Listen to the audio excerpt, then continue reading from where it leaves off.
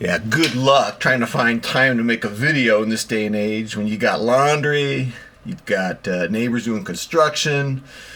You know, there's no excuses. So yesterday I had to get my teeth cleaned, and it was a new hygienist, Amanda, and she used a new tool. Usually they're getting carpal tunnel syndrome. They're prying inside my teeth and everything, scraping and prying. But she had a new tool called a piezo. It was a vibrating tool. I don't like the tool, but it makes her life easier because she's doing less manual work, and so that the vibrations get all the stuff off your teeth. It was interesting as I was getting my teeth cleaned. It took an hour, man. I'm lying down there on the recliner,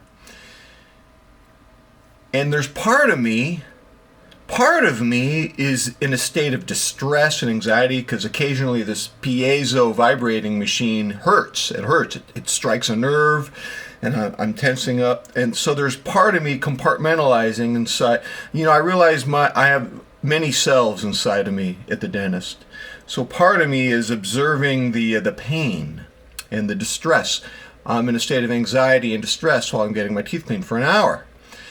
And it feels arduous and exhausting. I feel like I'm water skiing over a team of hammerhead sharks. But this is weird, man. There's a contradiction going on. There's another part of me that gets so relaxed that I almost fell asleep. And then there was my third eye, observing the distressed part of me and the relaxed part of me. Completely insane. So, maybe I slept too deeply in the dental chair because if I sleep too much before bedtime, I don't sleep well. So I didn't sleep well last night, and that really angers me a lot. I get super angry when I don't sleep well for a variety of reasons. One is this. When I don't sleep well, the real me doesn't show up. He's lost. And I don't know, maybe I'm a narcissist. I kind of like me. I kind of like hanging out with me. I'm kind of interesting when I show up. But I didn't show up this morning. I told my daughters, man, I'm going back to bed. I'm taking a nap. I can't even find the real me. I can't find my real me. And then I tried to take a nap, but I started thinking about watches. Yeah, I think about watches sometime.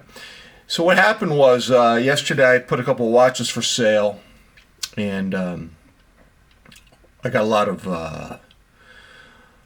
of criticism. Some, how can you sell the Seiko Captain Willard? How can you sell the Gilt 62 Moss? You guys were losing it. And I got to be honest with you guys, man. I started thinking about something. I feel happy. I feel relieved. And sometimes it doesn't matter how beautiful your watches are. You got to get out. It just feels good to get out. Honestly, having a watch collection can become so unmanageable that it can become analogous to having an abusive boyfriend. And you go through the whole stages with your watch collection that you do when you have an abusive boyfriend. So what's the first thing that happens when you start collecting and it's really an abusive boyfriend?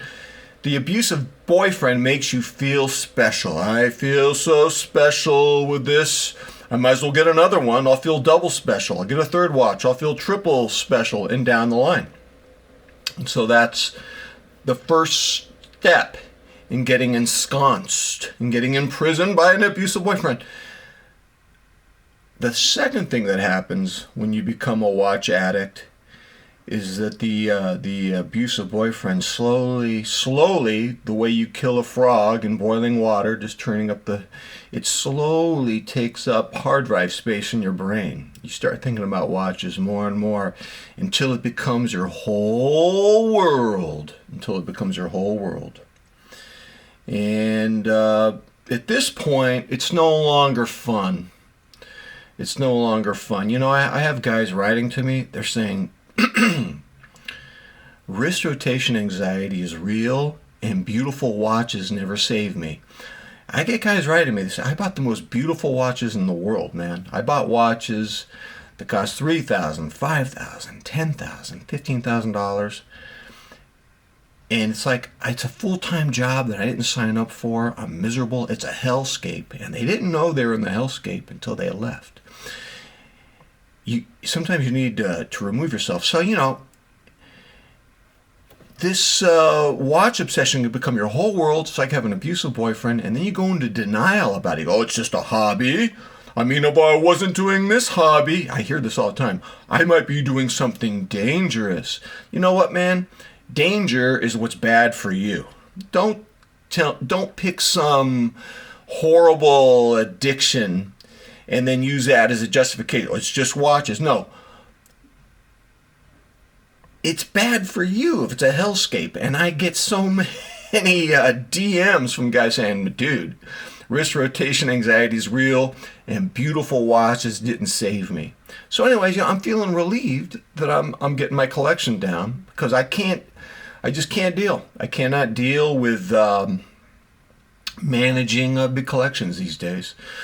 I don't know. You got to figure it out yourself. So, you go into denial that your collection's like an abusive boyfriend, and you keep going along, and you keep putting Band-Aids on this problem. You go, well, if I buy this watch, this will cure me of it. If I do this, if I do that, if I sell this, but I buy that, and none of it works. Finally, with your abusive boyfriend, you bail, you leave the state, you get a disguise, you change your name, and sometimes you just gotta cut the strings. And some of you, you're able to achieve homeostasis and have a healthy relationship with your watches by being more moderate, and some of you have to do a complete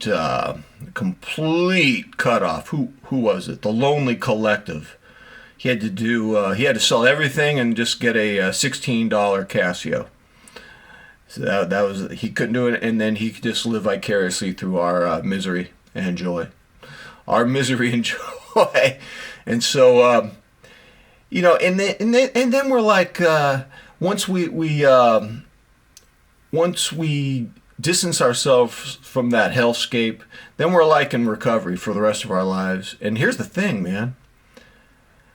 Once you identify your relationship with watches is an abusive relationship, you then have to ask yourself, maybe my personality is susceptible to this type of behavior repeatedly. Don't repeat yourself, McMahon.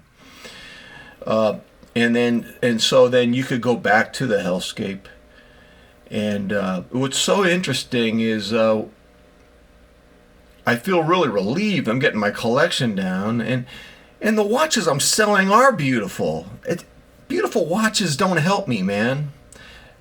I can't stand it when I have to compete for what I already have. I don't know. I'd rather just enjoy what I have. And one of my bad habits when I sell watches, I immediately start looking on the internet for replacements as if I'm entitled. And that just backfires everything you tried to do. You were trying to streamline your collection, and all you did was cut the head off the snake, and then the snake grew 3 more heads. Does that work? And it's just, I've been through that so many times. I can't stand doing that. And so I caught myself doing that this morning, and I'm telling my daughter, God, I didn't sleep well last night. Why am I looking at watches? I just need to take a nap. I miss me. I think it was going to the dentist yesterday. It made me go crazy. I realized I compartmentalize. And so I was going through that. And then the other thing I want to tell you is that there's a type of citizen called a Tessa, and I love looking at them, especially the black ones. They make such beautiful shades of black and gray and ink black and ink gray Tessa watches made of Duratec titanium. And there's a $2,000 plus one, I think Hakuda R. And whenever I look at a Tessa watches, I'm fascinated by this. I say, that is beautiful art, but I don't see myself wearing it. And that drives me nuts, that cognitive dissonance. So I was going through that this morning. And it just, I don't know. And then, I don't know. So anyways, people were screaming, the Captain Willard is iconic. The 62 Moss Guilt changed your life. And I don't know. I feel relieved. I can't do it.